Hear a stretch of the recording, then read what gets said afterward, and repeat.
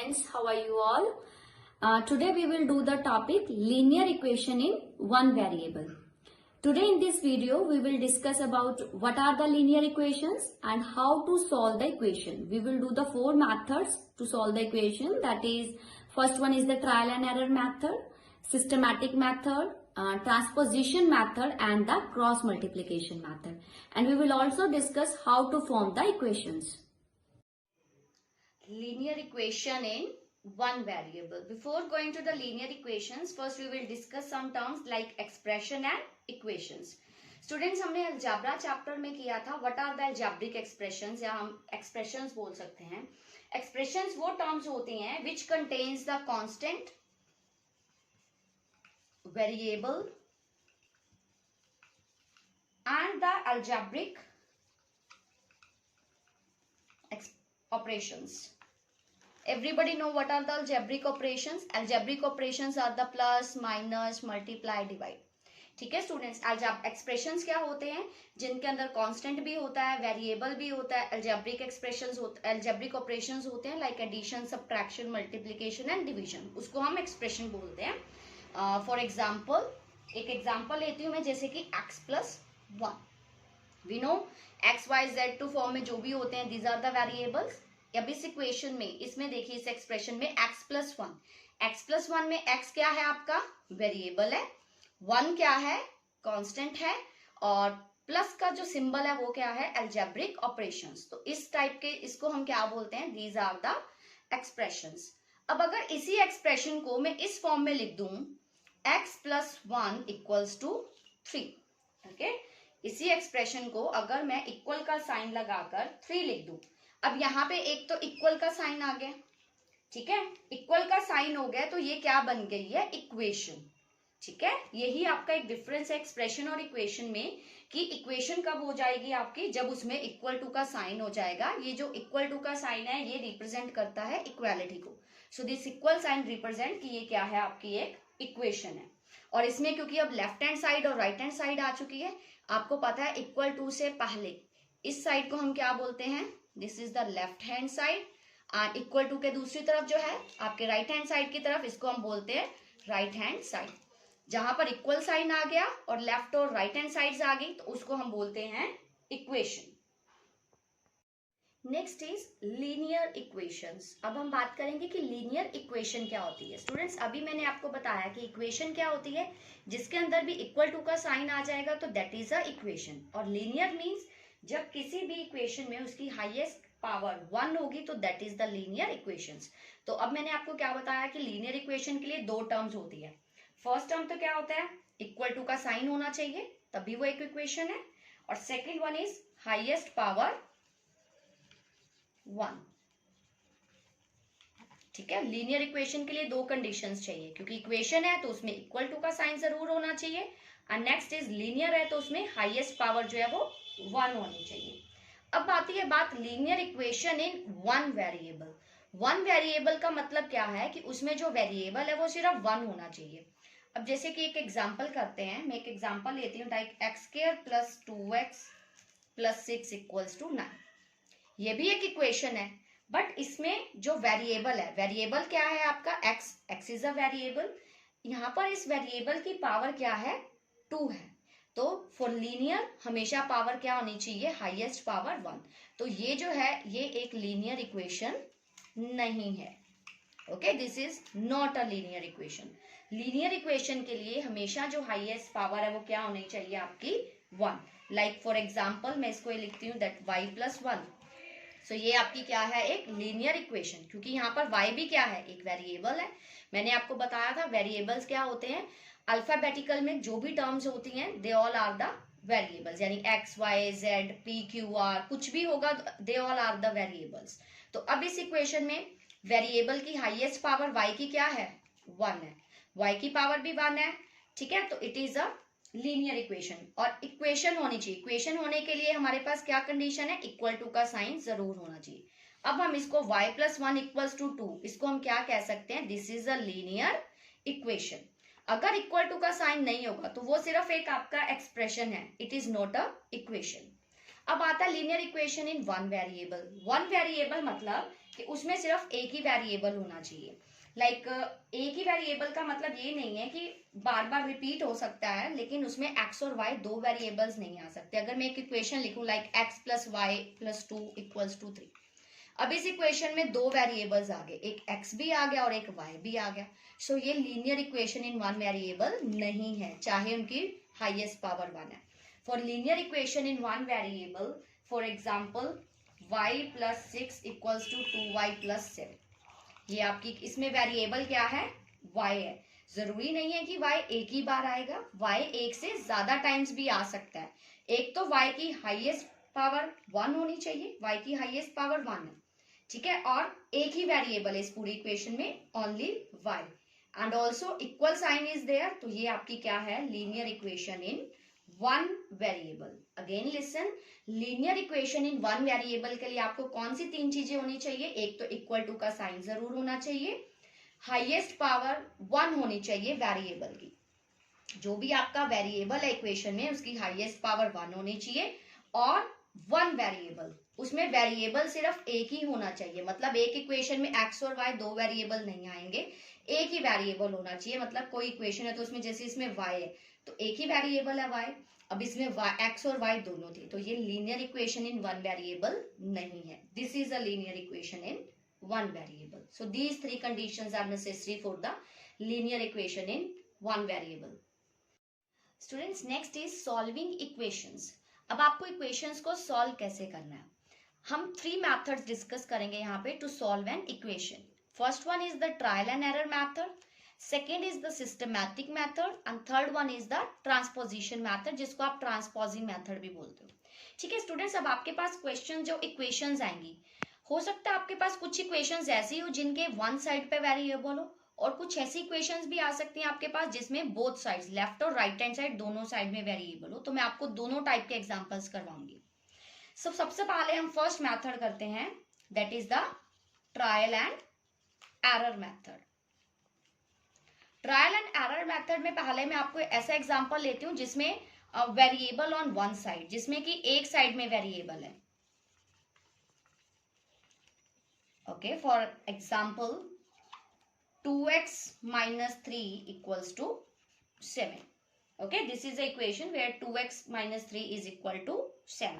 अब इसमें देखिए वेरिएबल एक साइड पे है, मतलब आपकी लेफ्ट हैंड साइड में x एक वेरिएबल है, लेफ्ट हैंड साइड में तो वेरिएबल है बट राइट साइड में वेरिएबल नहीं है। और आप इसी सेम क्वेश्चन को 2x minus 3 equal to 7 को, इसको तीनों में से किसी भी मेथड से सॉल्व करते हो, मैं तीनों मेथड्स करवाऊंगी अभी। ट्रायल एंड एरर मेथड आपको मैंने पहले भी बताया था अलजेब्रा चैप्टर में। ट्रायल एंड एरर मेथड में आप क्या करते हो, आप एक्स की अलग अलग वैल्यूज पे चेक करते हैं हम कि लेफ्ट और राइट हैंड साइड इक्वल है या नहीं है। सबसे पहले students, to make the question easy, आपने हमेशा क्या करना है, पहले आपने हमेशा लिखना है लेफ्ट हैंड साइड, फिर आपको एक लाइन लगाना है, फिर आपने इस साइड लिखना है right hand side. Okay, left hand side और राइट हैंड साइड। अब इस इक्वेशन में देखो लेफ्ट हैंड साइड आपकी क्या है, 2x minus 3, और राइट हैंड साइड आपकी क्या है, 7। दोनों को लिखा अलग अलग, left hand side right hand side, फिर इक्वेशन का लेफ्ट हैंड साइड इधर लिखोगे, राइट हैंड साइड यहाँ पे लिखोगे। अब हमें x की अलग अलग वैल्यू पे चेक करना है। सबसे पहले हम x लेते हैं 1, x इक्वल्स टू 1। अब x की जगह पे 1 पुट करेंगे, 2 मल्टीप्लाई 1, क्योंकि x की जगह पे 1, सो ये क्या हो जाएगा आपका 2 1 जा 2, 2 minus 3 इज -1। अब लेफ्ट हैंड साइड में -1 है और राइट हैंड साइड में, तो अगर यहाँ पे वेरिएबल होता राइट हैंड साइड में तो आप उस वेरिएबल में भी x की वैल्यू को पुट करते, बट यहाँ पे नहीं है तो हम एज इट इज 7 लिख देंगे। तो अब आपकी लेफ्ट और राइट हैंड साइड आपस में इक्वल नहीं आई, क्योंकि ये आपके पास -1 आया है, राइट हैंड साइड 7 है, तो नॉट इक्वल। नेक्स्ट चलिए x इक्वल्स टू 2 पे, अब x की जगह पे 2 पुट करेंगे हम, 2 मल्टीप्लाई 2, 2 2 जा 4, 4 minus 3 1। अब यहाँ पे 1 आ गया, इधर हमारा 7 ही है, again not equal. Next is x equals to 3। अब हम x की जगह पे 3 पुट करेंगे, यानी 2 मल्टीप्लाई 3 माइनस 3, 2 3 जा 6, 6 minus 3 is 3। Again right hand side हमारी 7 है, तो अगेन लेफ्ट और राइट हैंड साइड आपस में इक्वल नहीं है। नेक्स्ट करेंगे हम x इक्वल्स टू 4 पे check, 2 multiply 4 minus 3. 2 4s are 8. 8 minus 3, 5. Again, not equals to 7. Next, x equals to 5. 2 multiply 5 minus 3. 2 5s are 10. 10 minus 3 is 7. अब देखिए स्टूडेंट्स, x इक्वल्स टू 5 पे आपकी लेफ्ट और राइट हैंड साइड आपस में क्या आ गई है, इक्वल आ गई है. हम x की डिफरेंट वैल्यूज पे तब तक चेक करते हैं जब तक हमारी लेफ्ट हैंड साइड और राइट हैंड साइड आपस में इक्वल नहीं आ जाती. अब x इक्वल टू 5 पे इक्वल आ गई, तो इस इक्वेशन से हमें क्या पता लगा है कि x इक्वल्स टू जो 5 है वही इस इक्वेशन का आंसर है. Means x equal to 5 is the solution of this equation. Now students, our next method is the systematic method. मैंने सेम एग्जांपल लिया है जो भी हमने ट्रायल एंड एरर मेथड से किया था, that is 2x minus 3 equals to 7. अब सेम क्वेश्चन को मैं आपको सिस्टमैटिक मेथड से सॉल्व करके बताऊंगी. देखिए, जब भी आप किसी सेम नंबर या सेम टर्म को इक्वेशन के दोनों तरफ ऐड या सब्ट्रैक्ट करते हो तो इक्वेशन आपकी सेम रहती है. अब देखिए, हमें हमेशा x की वैल्यू फाइंड आउट करनी है. जब भी हम किसी भी इक्वेशन को सोल्व करते हैं तो हमें वेरिएबल की वैल्यू फाइंड आउट करनी है. मीन्स हमें यहाँ पर भी x की वैल्यू फाइंड करनी है. तो हमारा सबसे पहले वर्क क्या होता है कि जो भी x के साथ है, 2 है, यहाँ पे -3 है, हमें इन टर्म्स को क्या करना है, खत्म करना है.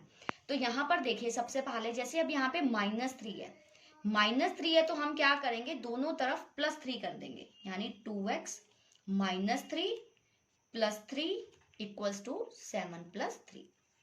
अब मैंने इस इक्वेशन में क्या किया, x के साथ जो यहाँ पे -3 था उसको रिमूव करने के लिए दोनों तरफ +3 कर दिया. अगर यहाँ पे +3 होता तो मैं क्या करती, दोनों तरफ -3 कर देती. मीन्स आपने हमेशा अपोजिट करना है. तो अब -3 प्लस 3, तो ये दोनों कैंसिल हो गए. यहाँ पर आपके पास आ गया 2x equals to 7 plus 3 is 10. अब x के साथ क्या है, 2 है, 2 मल्टीप्लाई में है, तो इसको रिमूव करने के लिए अगर कोई चीज मल्टीप्लाई में है तो हम अपोजिट करेंगे. जैसे अब माइनस था तो हमने +3 किया, अगर प्लस होता तो -3 करते. अब यहाँ पे x के साथ 2 मल्टीप्लाई में है तो इसको रिमूव करने के लिए हम दोनों तरफ क्या कर देंगे, 2 से डिवाइड कर देंगे. सो 2 से 2 कैंसिल हो गया, x रह गया यहाँ पर. 2 को जब आप 10 से डिवाइड करोगे, सो 2 1s are 2 5s are, तो x इक्वल्स टू 5. ठीक है स्टूडेंट्स, यही क्वेश्चन अभी हमने ट्रायल एंड एरर मेथड से किया था, तब भी हमारा आंसर x इक्वल्स टू 5 था. अब हमने इसको सिस्टमैटिक मेथड से किया है, इसमें भी आंसर हमारा सेम आया है, x equals to 5.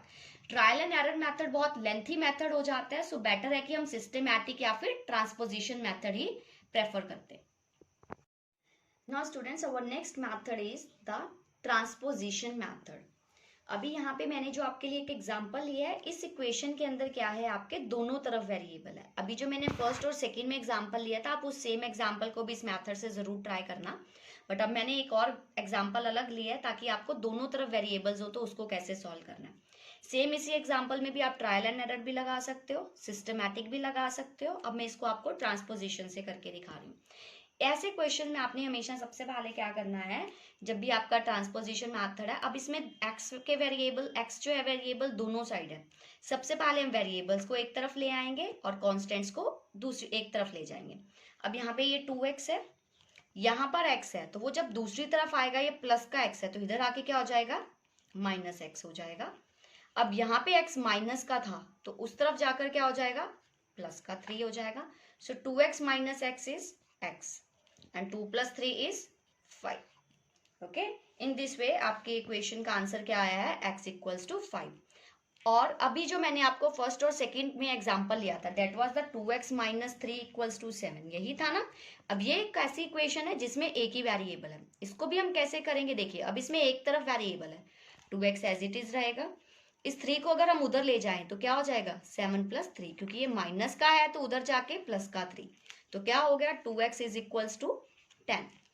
x is equals to, ये मल्टीप्लाई में है तो दूसरी तरफ जाएगा तो divide, 2 1s are and 2 5s are, तो x इक्वल्स टू 5.